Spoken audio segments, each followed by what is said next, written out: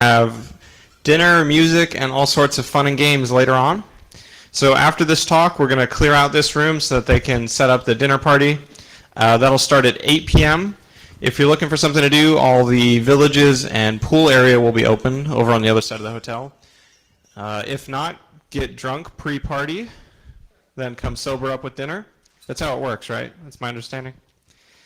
For our last talk of the day, we have Dr. Amade. How do I say your last name, Amade? He doesn't want to tell me. Okay. Good thing it's not on the slide so people can't find you. Dr. Amade will be talking about social engineering defense for the masses. So take it away. Thank you, thank you. Testing 1, 2. Will this work? Can you all hear me? Yes. Excellent. All right, so social engineering. A lot of people have a lot of different definitions for social engineering, but for today's purposes, we will be focusing on the information security definition, which is exploiting a human through another human interaction that results in some sort of exploitation, or someone taking advantage of somebody else through technological electronic means. My handle is Zorshak. One of the audience members gave me that recently. So let's get started. So we are humans, and we like to blow into microphones. All right. Does this still work? How about now? All right. So we're humans, and we're vulnerable. We are all infected. That means that we need food to survive. We need social interactions to go on living, and that's just part of being human. It's not a flaw, it's a feature.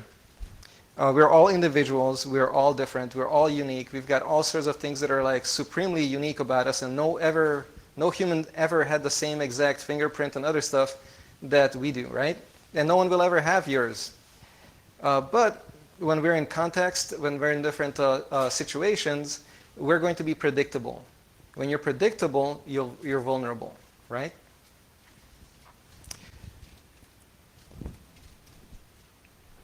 So let's get started. So as an organization, as a crew, as a group, you need to stick together like a tribe. There can be no room for error. If, for example, you're out in the middle of the desert and you know that people are out to get you and it's just a matter of time before they will try, then you're going to have a different set of priorities when it comes to security. Right? It's not going to be as loose as it might be, like, let's say, at Walmart, where if they see someone steal something, they might be like, well, it's not mine. I don't care. I don't get paid extra for catching crooks, right? But there's that level of human understanding of, like, or I should say, a way of looking at it. Leechers versus seeders. So how invested are you in your group's or organization's security? And that goes not just for you, but for every single human being in the organization. So if you're just there to get a paycheck and walk out of there as fast as you can, you're probably not as invested as somebody who takes pride in what the company's doing and understands how vulnerable every single company is. So you want to get everybody engaged. You can't, there's no human being that can be ignored from a standpoint of security. Unless you can think of somebody. But as long as they have a foot on ground, as long as they're interacting with your company in any way, shape, or form, they're a source of vulnerability, right? Okay.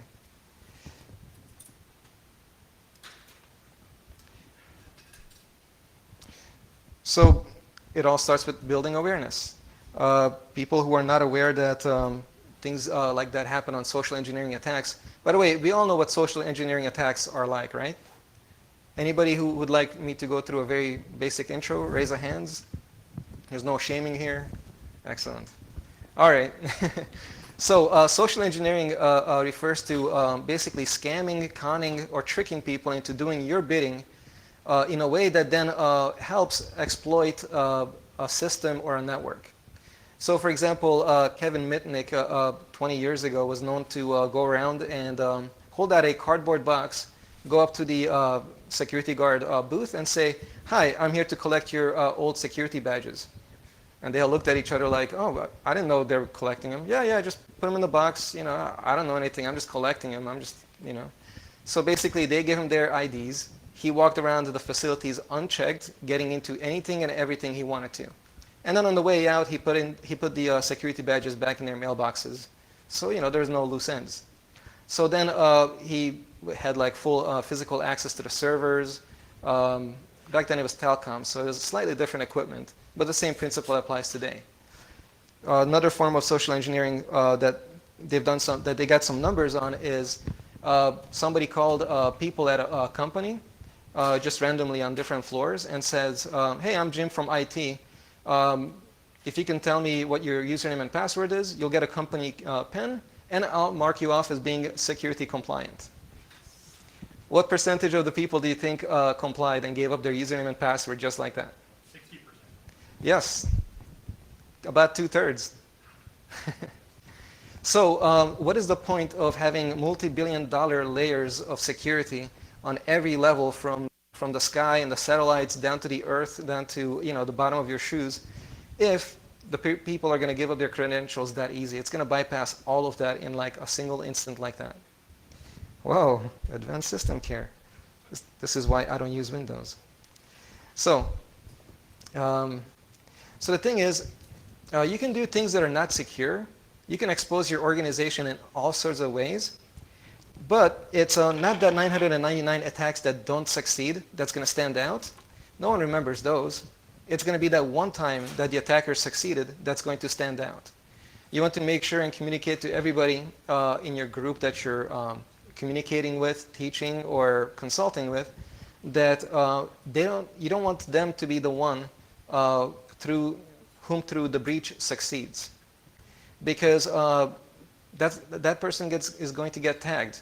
Oh, you're the person who clicked on that phishing email that then ultimately allowed 200 million credit cards to be stolen, or 50,000 customers are now irate because their PHI was compromised, and so forth and so forth.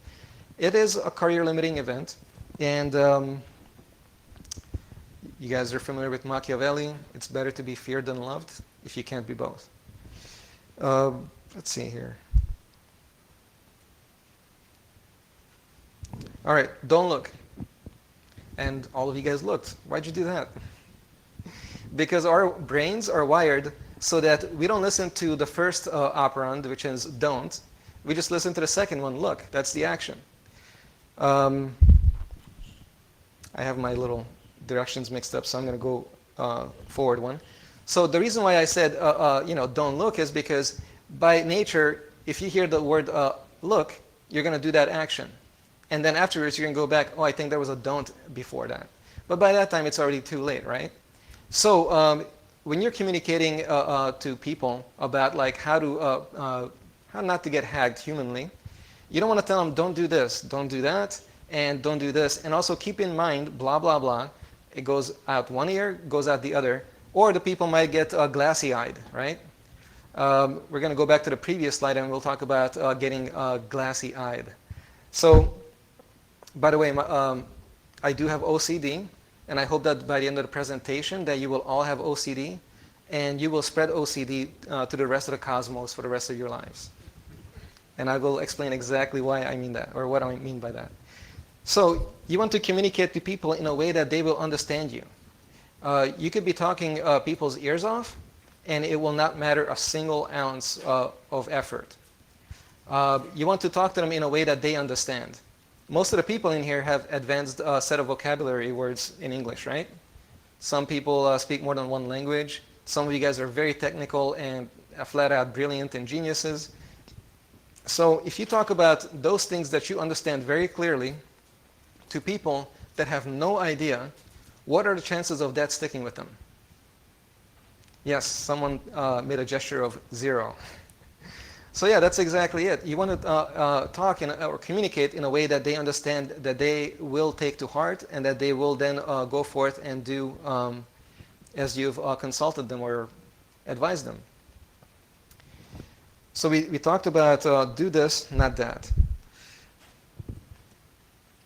And then you want to give them very specific input. But before we go on to that, Let's talk about glassy eyes. Um, so Harvard did a study where they studied people's habits. So a habit is a behavior that you start doing, and then as you do it more often, what happens is after the first couple of times that you know how to do it, you you can see that in the where it says start, your brain activity pattern is pretty high. It's, you're kind of actively engaged. You're trying to gauge what is it that you're doing, how you're going to do it, and all those other things. And then your brain kicks into cruise control. It reduces the energy that it's using by, let's say, 60%, 70%.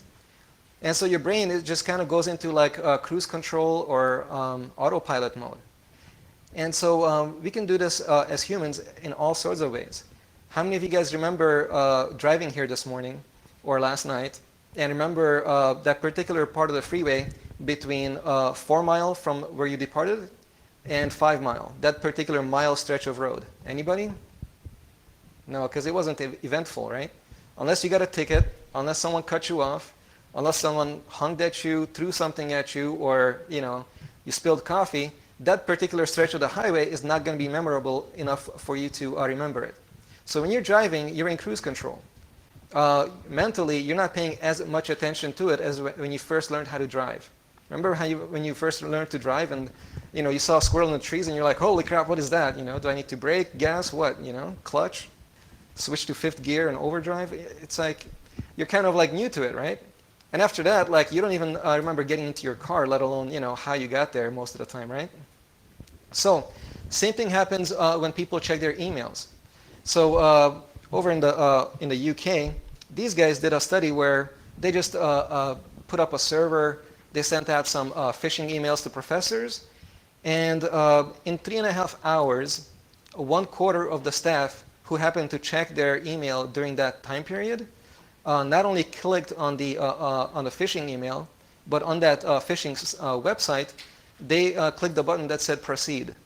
And they planted red flags all over the place, like, this is a scam, go ahead and like, get peoned here and so forth.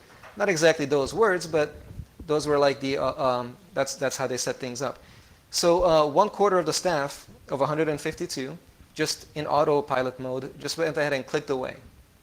So one of the things you want to do and communicate is that while at work, nobody should be in cruise control unless you're making photocopies or something so mundane type of deal. So as soon as you're in front of a computer, you cannot be in cruise control. And there's a couple of different techniques that you can do to kind of prevent people from getting into cruise control. By the way, we all go to conferences. I'm sure this is not your first conference, right? So there's also a pattern of you going into a conference and you remember the first 10 minutes and the last 10 minutes of a presentation. Because when you do this long enough, you start to kind of get into that pattern of a habit as well. And some of you might be getting glassy-eyed by now, and you guys might be thinking about all sorts of things that come to your mind or whatever this talk is triggering in your head. And you might be just kind of like no longer blinking. So hopefully I can get that out of the way without having to do some interpretive dancing or something. So teach people to stiffen up, be less helpful, and more professional. So one of the things that our brains do, let me just make sure I'm on the right one here. So yeah, one of the things that our brains do is it makes sense of particular situations. I'm actually going to go ahead, let's just go back here. So going back to the OCD, obsessive compulsive disorder. So people with OCD, and I'm not trying to make light or fun of people who are affected by this, but tend to like things in order. So I don't know if you guys can see, but that's an alphabet soup on the left, and that's how we eat it if we do eat that kind of stuff. And the one on the right is alphabetically ordered and put in columns because things should be in order, right? If you have OCD, you're inclined to do that. You're compelled to do that. And also below that is a beef stew soup or something like that. And the corn is separated from the peas and from the beef and whatever else goes below. It's very orderly, right? So teach people to say, sorry, we take security very seriously.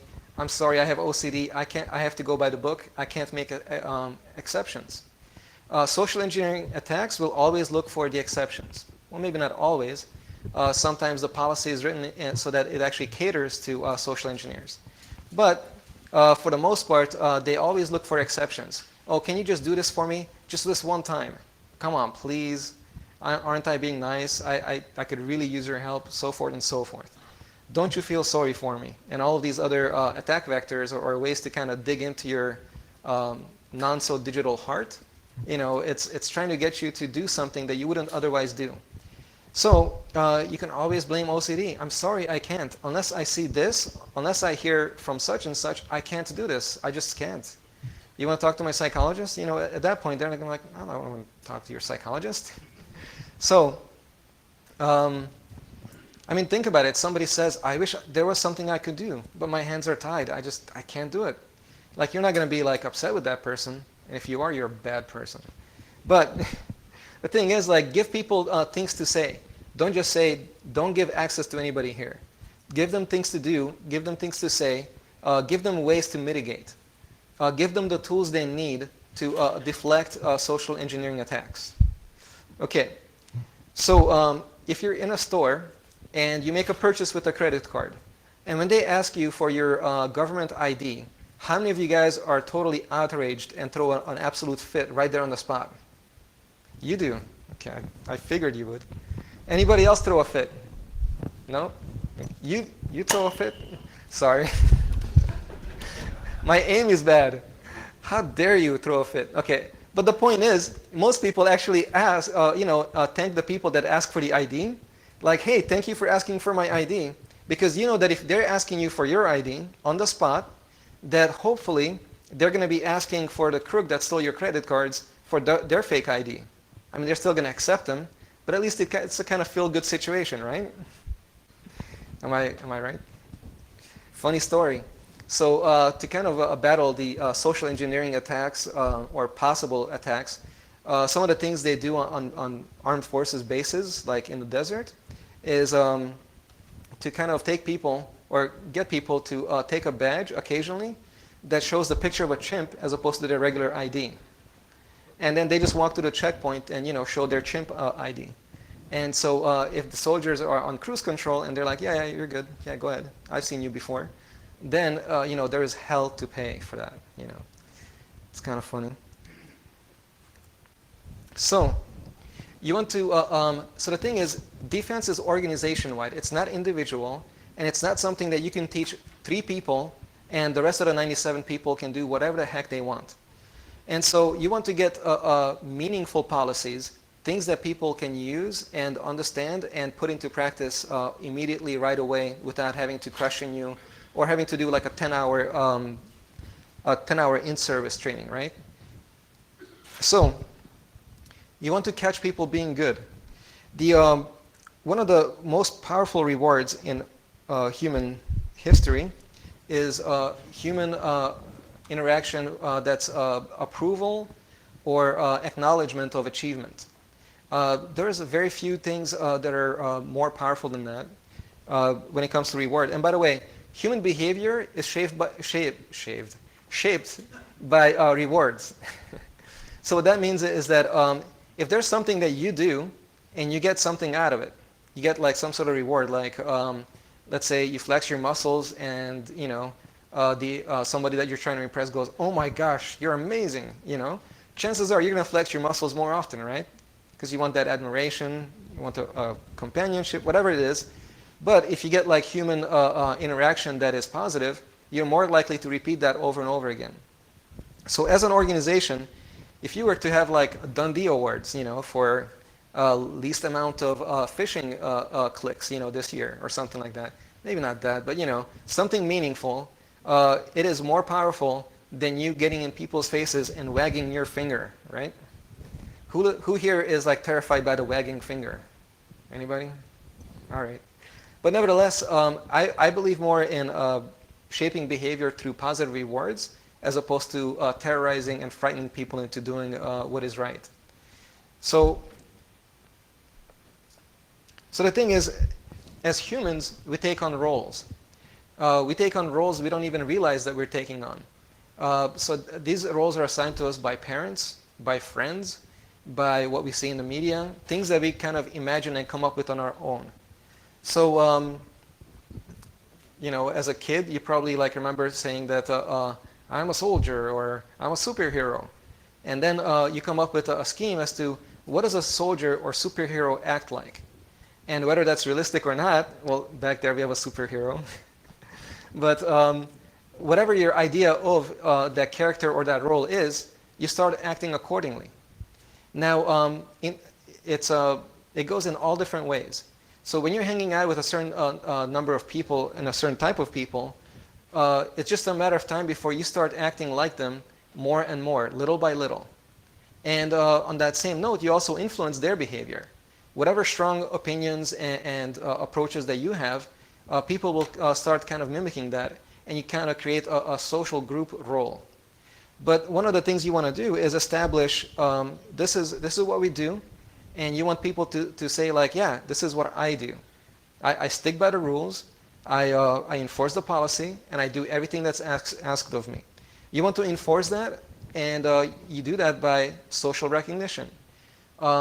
Staff, like let's say a department, that doesn't fall for any kind of like phishing tests or things like that, you can reward them. Like, hey, good job, well done, way to pay attention. Nagging is usually not a good motivational method.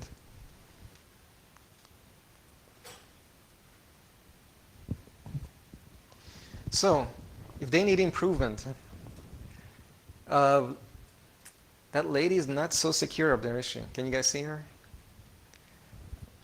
She's cleaning the window? All right. I thought it was funny. So, but even when something like this happens, you don't want to shame people. Shame builds up resentment.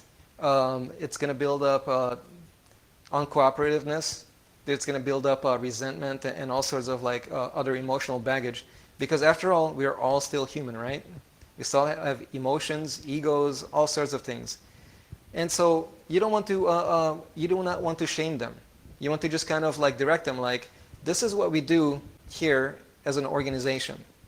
And it's kind of like communicating that like, if this is not what you do, then you're kind of like an outsider. But we want you in. But in order for you to be in, you have to do these things right here. So, is anybody here familiar with assertiveness training? So, all right, cool. So assertiveness training refers to a way of communicating that is not passive, so you're not a doormat, but also not aggressive, but somewhere in the middle that's healthy and appropriate. So for example, people get taken advantage of all the time because they can't say no. They have a hard time saying no. Or some people are just very aggressive, and if they don't get what they want right away, they'll throw a fit. They'll try to bully the person that's blocking their access. Whatever the case is, both of those extreme cases are not good or healthy, being passive or being aggressive. So assertiveness training focuses on establishing boundaries. So if you have a problem, your problems end here because my problems start here. So whatever your problems are, I'm sorry, there's nothing I can do about that. You can sympathize with people. You can help troubleshoot or try to figure out how they can solve their problem. But their problems are not your problems.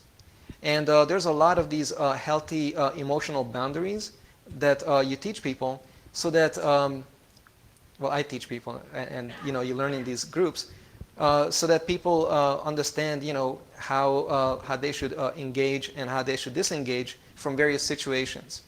And same thing happens in when you prepare people to be a little more hardened and more secure against social engineering attacks. You want them to know, like, hey, this is as much as you can do. It's okay that this is all you can do, and there are some people that you can't help. And on the other hand, you want to teach people to be soft on people, even if they are being irritable and irate and so forth, because they're still your customers, whether they're paying customers or not. And also, there's a lot of different thoughts on this. I'm personally not against being on camera when I do my work because, for one, everybody acts differently when they're on camera, right? That's part of the reason why acting is not so easy, because as soon as the camera starts rolling, people start to act funny and they kind of stiffen up. Their voice might start to quiver and all sorts of things. That's just how it is. But when people at work know that they're on CCTV or something like that, they tend to act and work differently. They're not going to be playing, 35th anniversary edition of Pac-Man on their computers and so forth. They might be more inclined to do something more productive that is expected of them. If they're not allowed to go on Facebook, they're not going to, show on CCTV that they have a proxy to bypass the filters and so forth and break company policy anyways, right?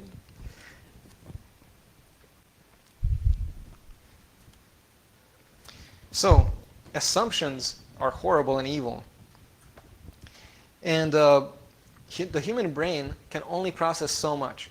And so in order to function and to do what we do as human beings in our everyday lives, we actually jump to conclusions a lot. We actually skip and assume a lot of different things. For example, when you came in today, how many of you guys checked your chair to make sure that it is a safe device to sit on? Anybody? So you just assumed, hey, this is a hotel, it's kind of nice. What are the chances that this chair is going to be broken? So you just pull out the chair and you sit down. Imagine if you had to check every single thing, every single step that you take into this hotel to make sure that for example, the chandelier is safe, is the stage safe? Is the electric outlet safe, You would not be able to get through 1% of 1% of your day if you had to check everything step by step by step, right? So, when it comes to social engineering attacks, that is, by the way, a feature, not a flaw in the human OS. So, social engineers actually love taking advantage of that. So what they'll do is they'll throw you pieces of the story, but they're not going to put it together for you. They'll let you put it together. And when you put it together, you accept it as fact because obviously this makes sense. And your brain comes up with a story in a way that makes sense to you, even though it could be totally the exact opposite and it's totally fictional. And there's no connection between the two.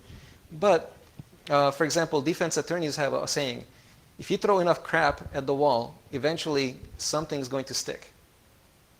So, to kind of move this back into social engineering prevention, you don't want to accept anything coming in. You don't want to assume anything. You want to kind of play dumb when it comes to claiming credentials and honoring credentials. Drill scrutiny. Obviously, don't let the guy with the badge that has a chimp's photo on it, don't let that guy in. And also, you could teach people the greatest and latest and the best ways to getting secure from social engineering attacks. But if it's not practiced, if it's not drilled, people are not going to remember, right? Remember that computer language that you learned 10 years ago and you've never used since? Do you remember everything from that? No, right? Same thing goes with anything that you want to teach and you want to enforce at an organization. You have to drill, you have to practice, and the best way to do that is by testing. Do some faux pas tests, do some like silly stuff. Have a guy come in in a gorilla suit, jump around, dance around, and try to get in, and see how people react. Will they just laugh? Or will they be like, hey, get out of here, what are you doing? That would be kind of funny though, wouldn't it? All right, so there are some people who have, well, we all have this kind of like statement in our heads that occasionally kind of pops in there, right? Like, I know I shouldn't, but, and that goes for anything. I know I should exercise, but this couch is so comfy and I love my Netflix. I know I shouldn't eat this, but it tastes so good. I know I shouldn't buy this, but I want it so much. So forth and so forth. There's all sorts of habits that we form that we have this statement in our heads like, I know I shouldn't, but fill in the blank. So when it comes to work, it has to be communicated that whenever this even comes close to being executed in the human OS, I know I shouldn't, but that's an automatic red flag, and the automatic answer is no. I know I shouldn't, and so absolutely not. completely out of the question.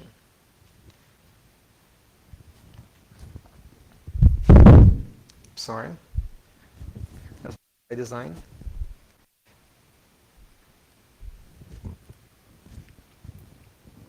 All right, so how many times have you heard people talk about their workplace?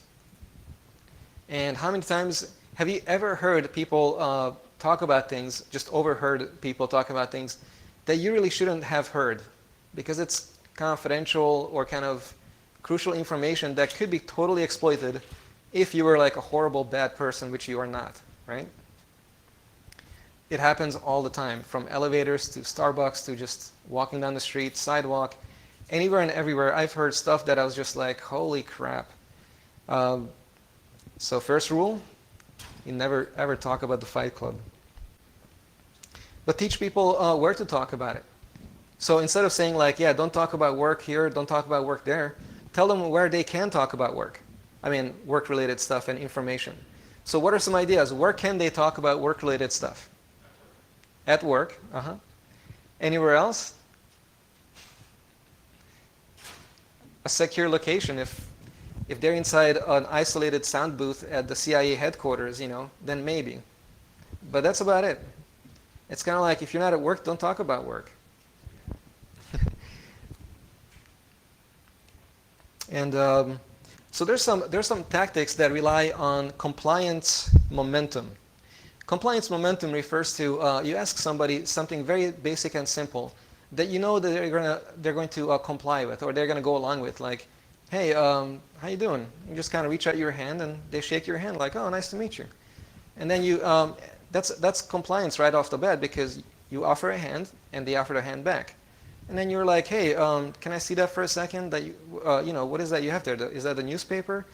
And kind of like little by little, you can build up a compliance momentum. So at the end of that chain of compliance, you ask something that they wouldn't normally honor, but because they've been kind of compliant with you, our human flaw is that we'll go along and we'll kind of comply with it. Like, sure, yeah. Whereas if there was no warm-up to it or no setup, the person would be just kind of like, heck no, I don't feel comfortable with that.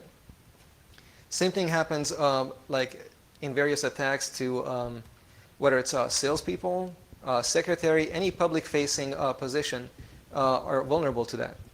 So make sure that you drill into people to constantly evaluate. Do they need to know this or do they want to know this?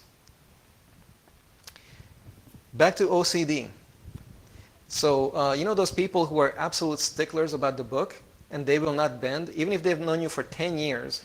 If you don't have what you're supposed to have access to, I don't know, the mail room or the server room or whatever it is, if you don't have that credential, they're just like, nope, sorry, come back tomorrow or something else. It's kind of like you're infuriated because what you need to do is just on the other side of that 10-inch space, but you can't get to it because of this pain in the rear person, right? Reward those people. Try to make everybody in the company, organization, clan, tribe, whatever you're securing, to be the same kind of pain in the rear stickler. Because those are the people that will enforce the rules no matter what. And so going back to being invested in the company, encourage people to take a possession of the information in their take possession of the authority of the information in their possession. So for example, if they're on a computer, if they're on a workstation, it isn't just the information on the workstation that they have access to that is in their custody. They're actually in custody of the entire network that they're connected to. Whatever papers or file cabinets they have access to, they're in charge of that entire cabinet. They're in charge of every single piece of information that is in there. Encourage them to take possession and realize the authority that they have. That those people who are vulnerable through those means, that this is in their hands. When you give them responsibility, they will take it more seriously.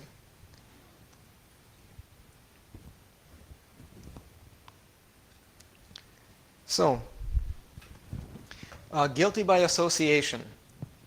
So people sometimes get, pinpointed as a person who's always this, or people get labeled. So let's talk about labeling for a little bit.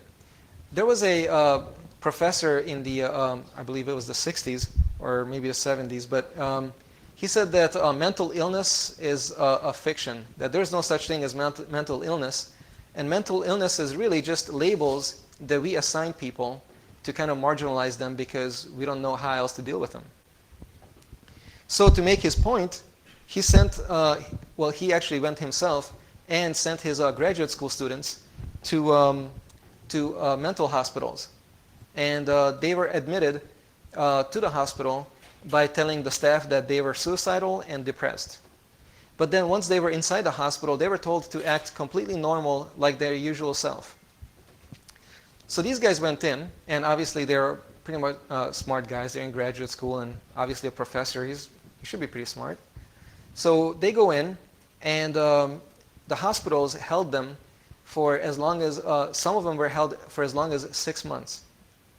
Because everything they did from the moment of admission was looked at from a perspective of like, obviously they're suicidal and they're crazy, therefore everything they do is crazy and suicidal, right? So everything they did. Now, if they were to be looked at as, like, hey, let's study these people who are absolute geniuses, they could be going through the same exact motions, doing the same exact actions, but if it's looked at through like, these people are genius, let's see what makes them genius, or what do genius people do, the same actions can be interpreted in completely different ways.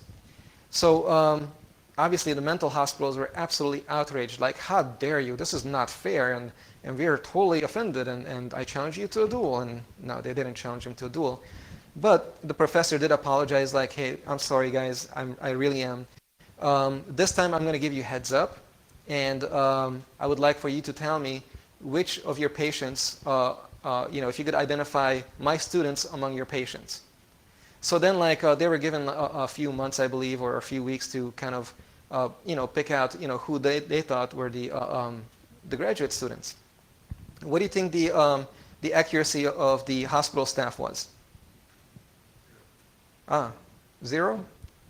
Why is that? Exactly. So he didn't have a single graduate student in any mental hospital anywhere. And yet the psychiatrists, the nurses, and everybody at the hospital were saying like, oh, well, this person, yeah, I'm pretty sure he's a graduate school student and he's not one of our real patients. So it's all about labeling. There was nothing different about any of these people except the lens through which people looked at them.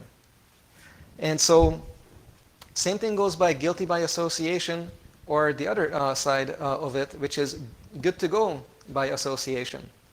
So one of the social engineers, he loves to go into banks, and he loves to go up to offices, and he's a fantastic individual.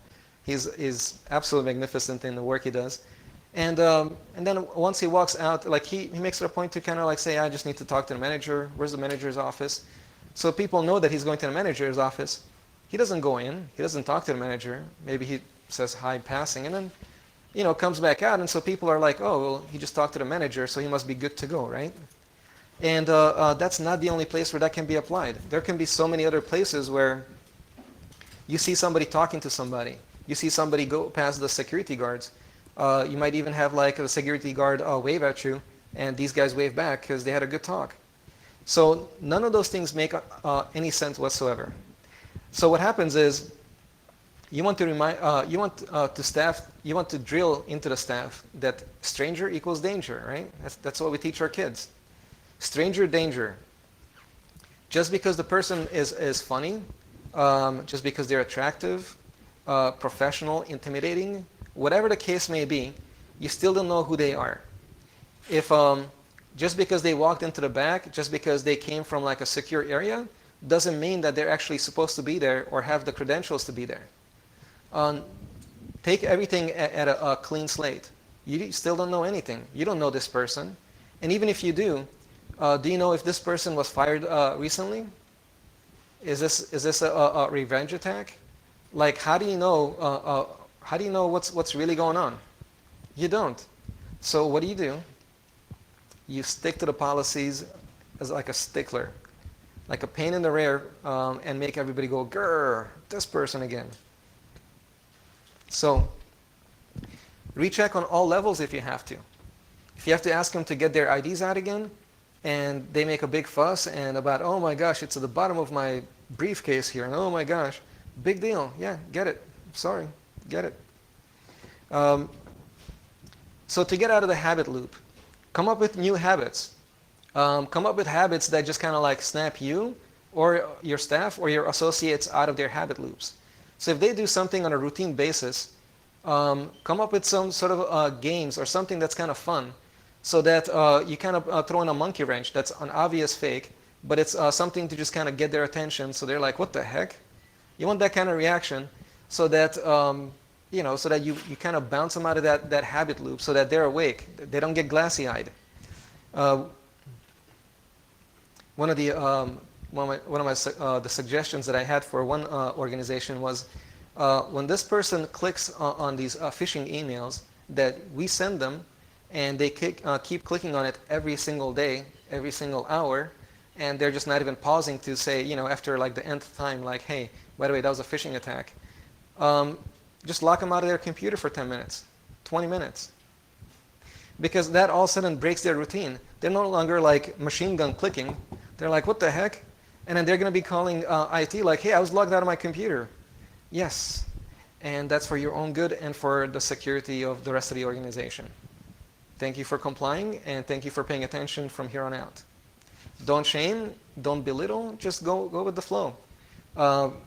Respectfully thank them for calling you, and so forth and so forth. So just because you see certain associations, don't assume anything, right? Get OCD if you can. Also, going back to that healthy boundary with assertiveness training, you want to teach people to stay within their own scope of expertise and their own roles on the job. So for example, if the secretary, even if they are like a 7th degree, like black belt, kung fu master, you still don't want them to be acting as the security guard. If they're the secretary, stick to what the secretary does, and then let security handle it, the rest of it. Obviously, there's a difference when it's like self-defense and it has to be in the moment, but let security handle security stuff, and let the secretary or front desk people handle what they're supposed to do. Because they know what they're supposed to do, and they know what credentials and things they need in order to make that happen. But it's when you step outside the scope of your role, that's uncharted waters. You don't know what you're actually letting in. You don't know what you're letting out, and so keep to what's in your scope. So, at the end of the day, we are still humans. We kind of wish we had a lot of the benefits and all the good functions of a machine while keeping our humanity. And we kind of wish that machines were a little smarter like people when it comes to certain functions and recognizing patterns and so forth and so forth. But even if you are like the best trained social engineering prevention person on the planet, you're still affected by all sorts of things. So you've got stuff going on at home. You've got stuff going on at work. There's politics. There's exhaustion, fatigue. There's all sorts of things going on. And there's stuff that no one has ever thought of before. And then all of a sudden they discover that it's a new method of attack. So I'm coming to the end of my talk here, but I just wanted to kind of say, or ask you guys, how many of you guys would like to buy the Brooklyn Bridge from me? It's up for sale. I just kind of had enough. It's on the East Coast. I don't want to be traveling there. Anybody want to buy it? All right, cool. So just to let you know, the guy who was selling the Brooklyn Bridge didn't actually just kind of throw it out there like, hey, you guys want to buy a Brooklyn Bridge? No. What he did was he dressed up like super nice, high-end stuff, and he's walking back and forth at the base of the bridge, and he is ticked. He's furious. And he makes it a point to walk around people who are also dressed nice and are seemingly better off financially. So eventually they kind of get into a talk, and he's like, yeah, I don't know what the heck to do here. This stupid bridge, people are walking left and right across. My family and I own it, and we have to keep up the bridge. So all the money that we get from the city goes right into maintenance, and we don't make a single freaking penny off this thing. We can't even afford to build a collection booth right here. If only I could get money from the banks to build a collection booth right here, but I have to wait like another 6 to 10 months to get that loan. If only I had like a financial partner that would be willing to invest. So then some of these people were like, well, I just might have some money. How much, what's going to be my cut? Because there's a lot of people walking through here. Could you imagine taking just a couple pennies off each person? That would pay for the booth in like 2 months, maybe 3. And the rest of it would be profit, right? So he just kind of threw all this crap out there, and he let people connect the dots, and he took them for whatever he was able to take them for. By the way, the Brooklyn Bridge was not the only structure that he was willing to take investors on. He was also, if I understand it correctly, the Grant, General Grant's family, what do you call that? Not mausoleum, but the museum. He was like walking around there because there was free admission there at the time, and so he got people believing that he was a descendant and that he needed some investors to be able to set up a booth so he could charge people, right? So, just to let you know, when you put things in context, all of a sudden things become much more feasible and much more easier to understand how these things go, and hopefully that'll help you in helping yourself and others keep from being social engineered. Thank you and good night.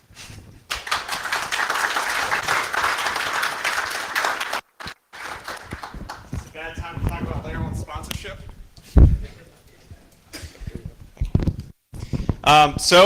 Like we talked about earlier, we have a dinner party in this room starting at 8. Unfortunately, I got to kick you all out so that they can do things like put dinner tables here. If you're bored, there's a bar outside. All the villages should still be open or starting to close. Pool area is open, but be back here at 8 for dinner and a party.